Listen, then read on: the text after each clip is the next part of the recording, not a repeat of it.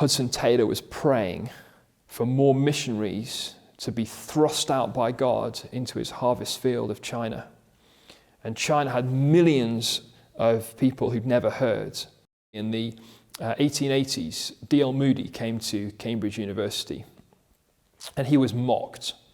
They thought he was American, they thought he was lower class, and they laughed at him because when he pronounced the word Daniel, he seemed to miss out the I and the E, and they just mercilessly mocked him. When he came to preach, they built pyramids of chairs up in the room, and they would interrupt his preaching.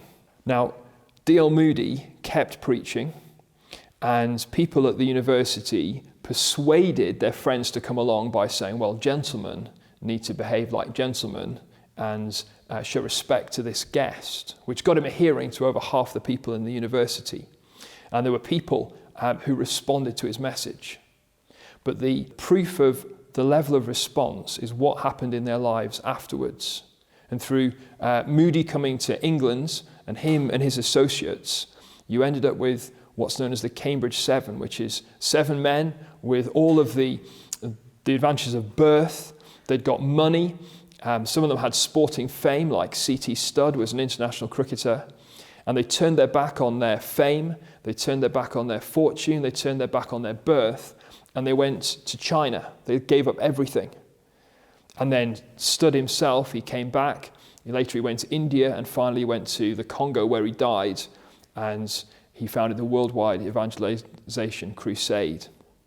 And so Hudson Taylor's prayers have led to D.L. Moody's preaching, and D.L. Moody's preaching had results because the Spirit of God moved.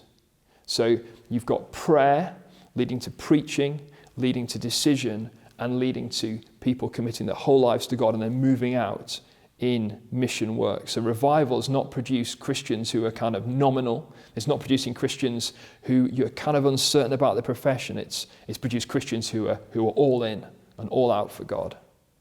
So how do you know that revival lasts?